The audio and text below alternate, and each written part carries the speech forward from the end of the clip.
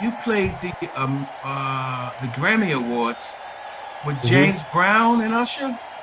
Yeah, I What the did. heck was that like? I'm gonna tell you, Cheron, that was nerve wracking, bro.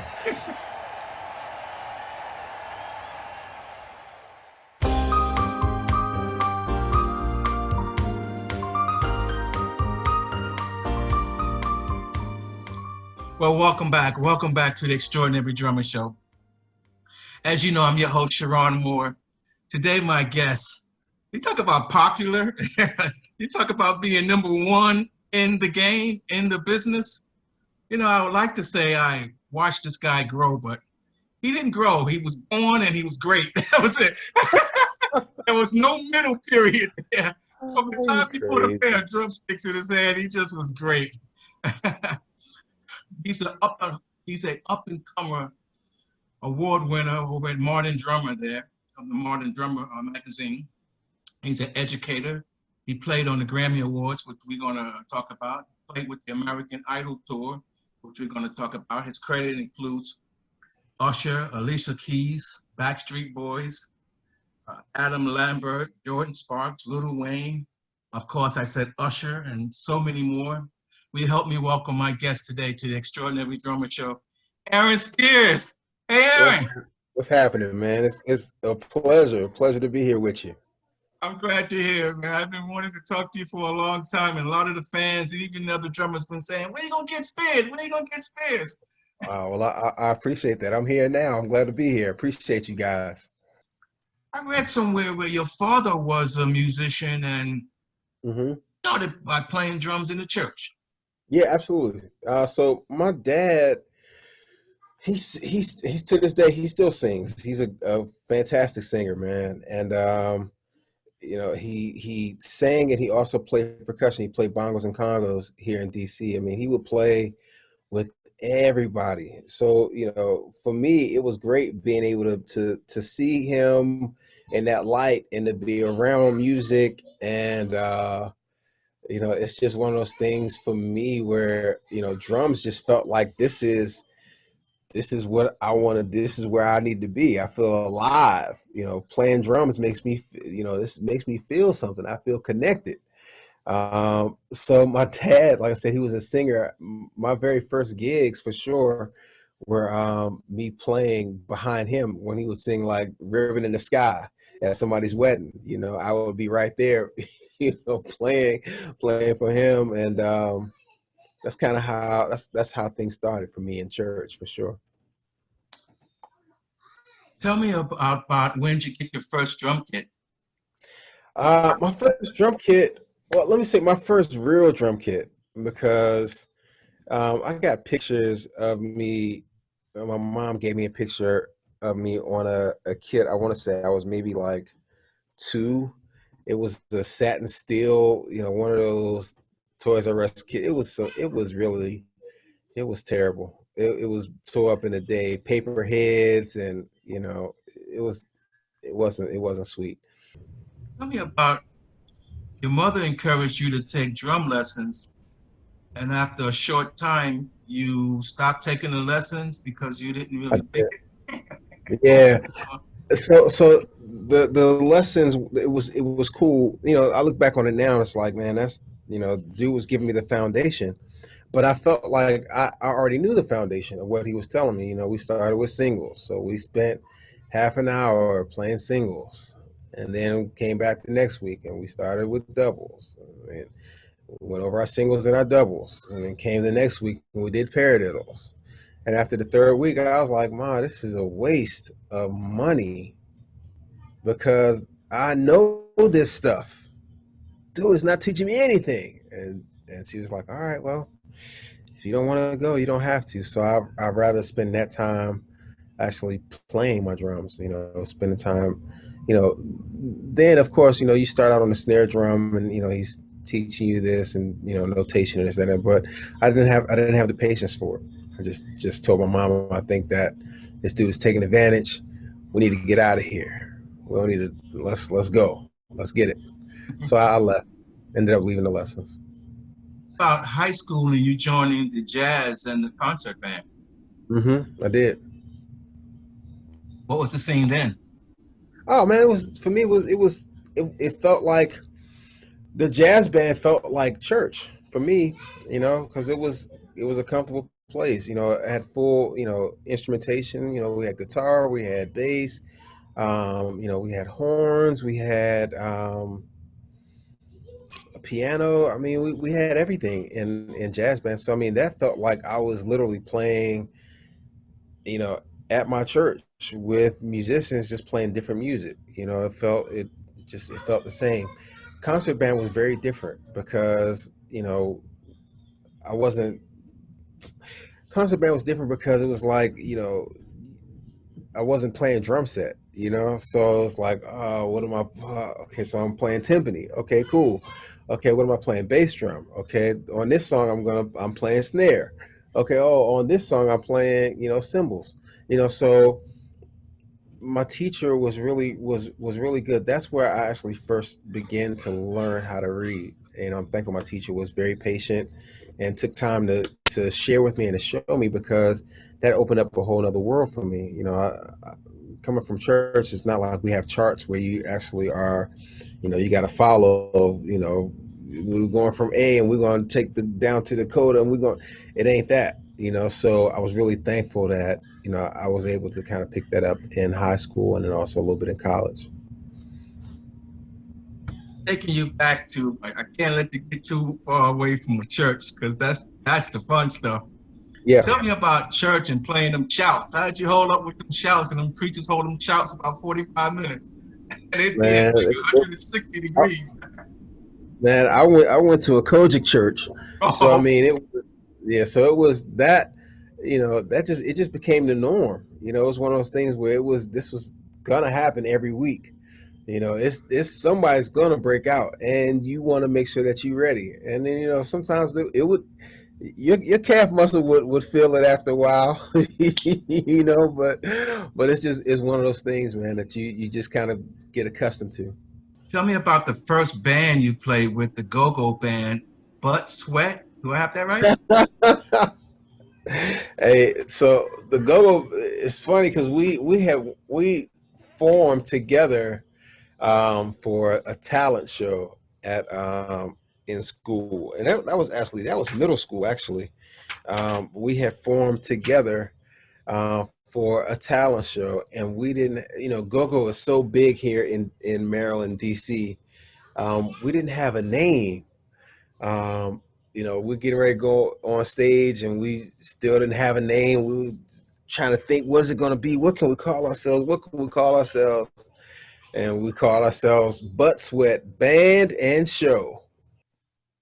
Take me a little bit forward. Your first big gig, the Gileon Band. Do I have that right? The Gideon Band. Yep. Yeah, what was that like? So Gideon Band was really cool, man, because this was the first band that I actually played with where the instrumentation was on par with anything in the music industry. We had horns, we had guitar, we had bass, we had keys, we had organ. I mean, it was a full band. We patterned ourselves after like Earth, Wind and Fire or after Mint Condition.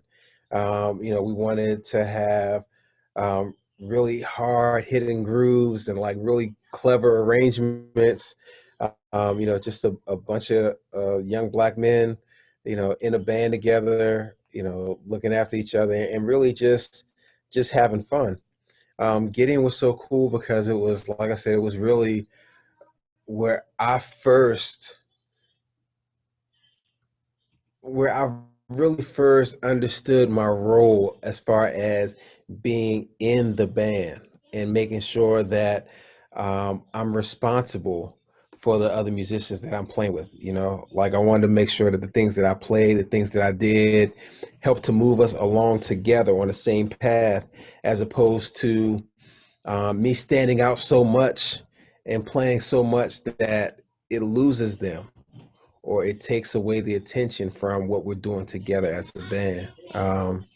The music definitely had its places where it was created and where it was crafted, for maybe the bass to shine, or maybe it was created a space for me to shine where I'm able to play something where, this is my moment, you know. But I'm really, really appreciative of that band because it taught me so much and it prepared me for the next steps, the next levels of my career.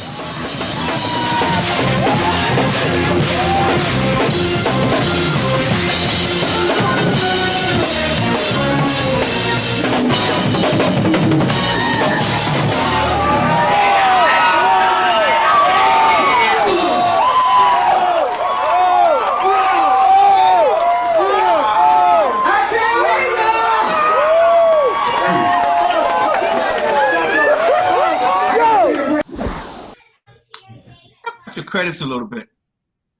Okay. Getting that Usher gig.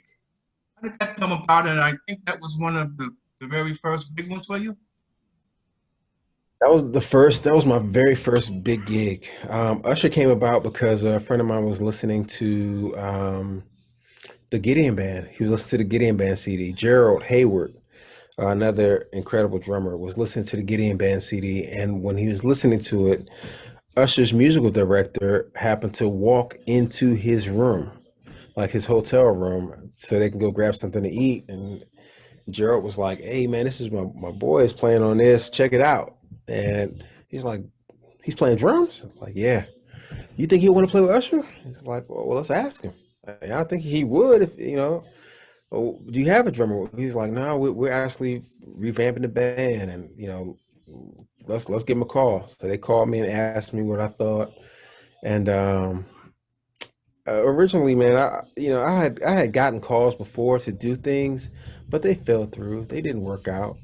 So it was kind of like, I don't know if that joint is really, is it real? Is it really happening? Is it possible? And they were like, "Yeah, it's really gonna happen.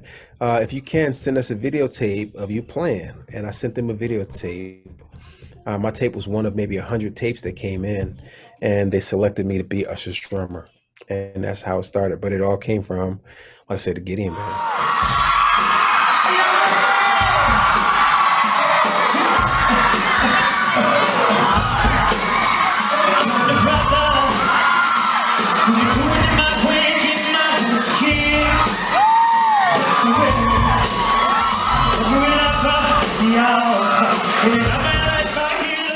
Talk about endorsements.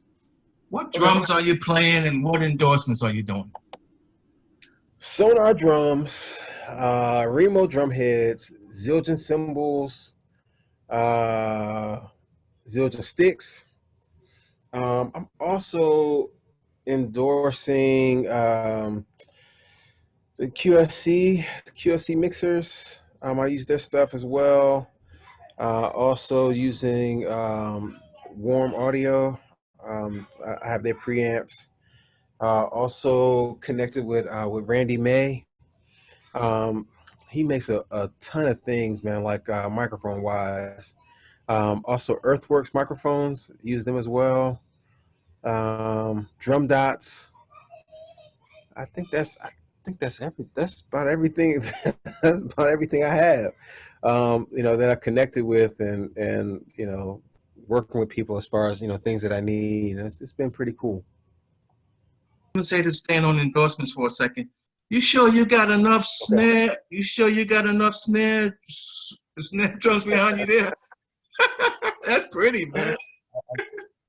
Thank you, man.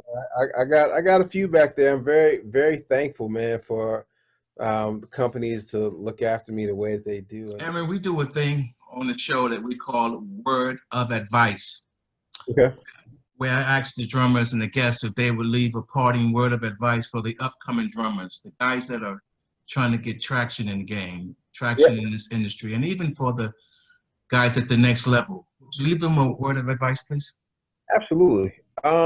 This is the thing, and during this age and during this time right now, with social media being so heavy, and being so prominent in, all of our lives, I think a lot of times what people tend to do is they measure themselves against the things that they see on social media. You see a drummer playing and immediately you like, whoa, this dude is really playing. Oh, I'll never be able to play that. You put yourself down, because of the things that you see or the things that you hear, and that's not really fair to yourself.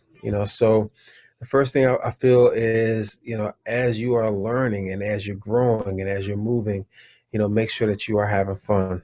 Make sure that you're enjoying yourself. Make sure that you're enjoying the music, and try your best not to measure your success against what other people are doing, because you don't know how long it took that person to get to where they are. If you see somebody playing a clip online that you like and it's killing, you have no idea how many takes it took for that person to get that 1 minute clip together, or that however long it is.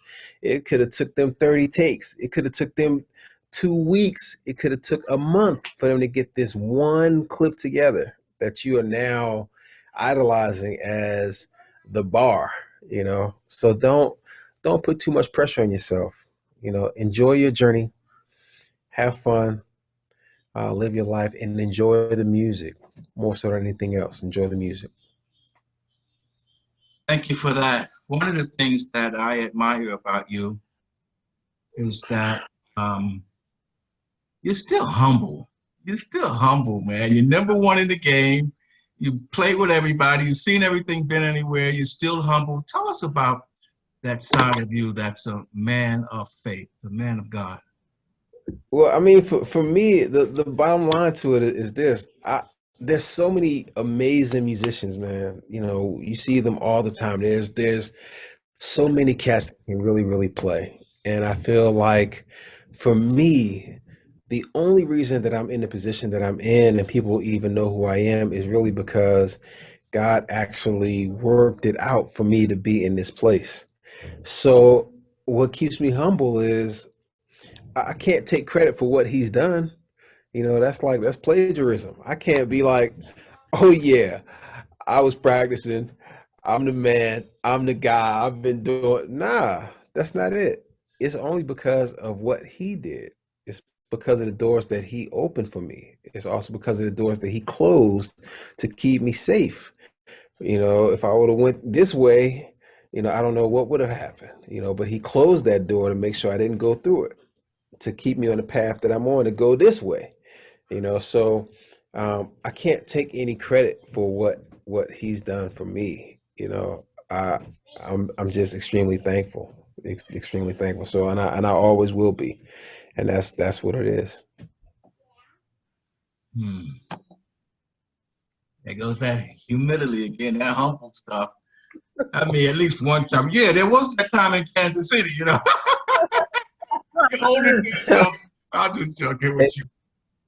I'm just having fun, man. I'm just having such a good time just being able to play, and people actually enjoy it. That means a lot. What to get to my last question, what does your dad think of you being this huge when he can remember you sitting behind him playing a Stevie Wonder song? He to this day he laughs and he's so proud. It's funny, man. He told me this story how he was at a conference, like a church conference, and he was listening to the musicians and they was playing and they was jamming. And he was like, "Man, y'all sound great, man. Y'all sound good." He's like, "Man, I'm gonna tell my son about you." And it was like, "Oh, your son play music?" He's like, "Yeah, yeah, yeah. He plays with different artists and stuff. He's out with Usher." And the drummer was like, "Are you Aaron Spears' father?" He's like, "Yeah, that's my son." And they just excited, just excited to meet my dad. So to him, it's like it's still crazy that people are so excited about his little boy.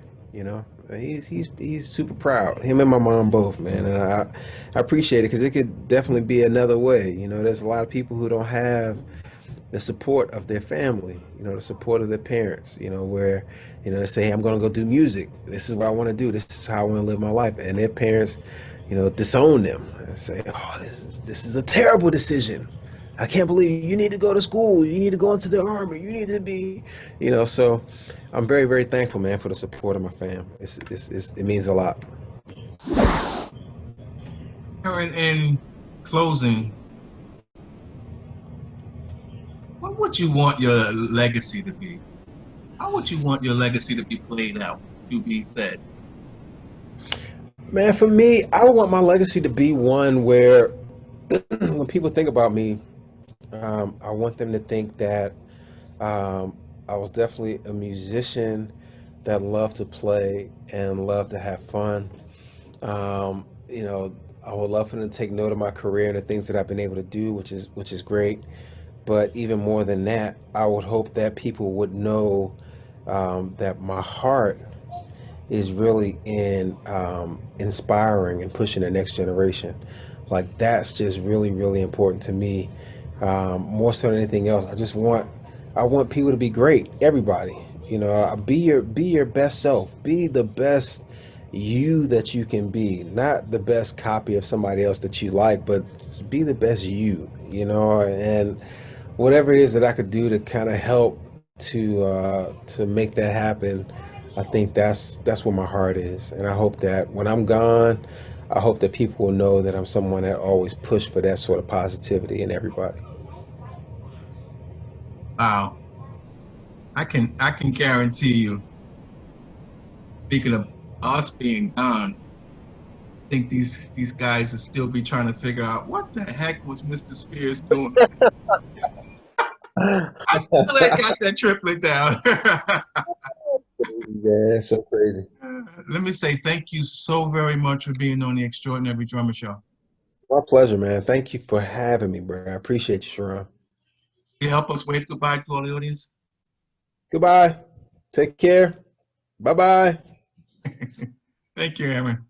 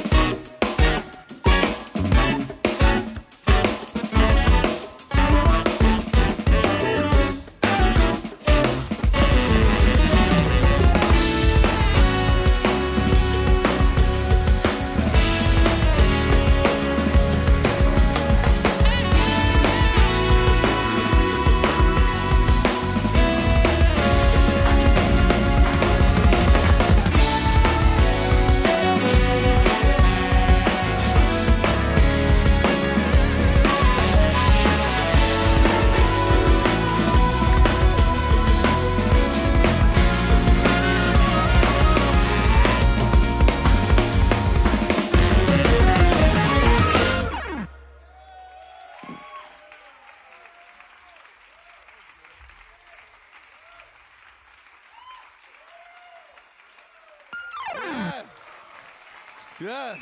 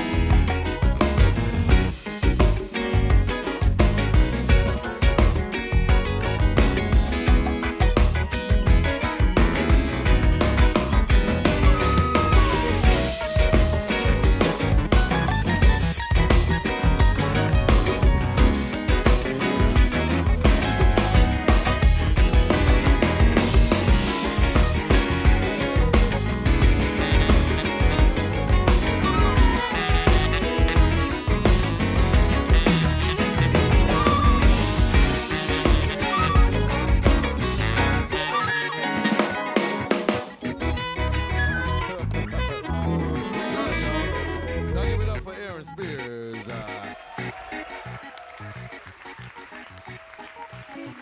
That's my theme song right now. I'm going away.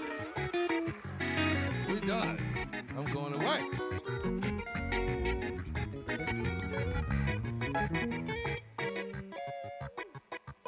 Did the crew leave? Where everybody at?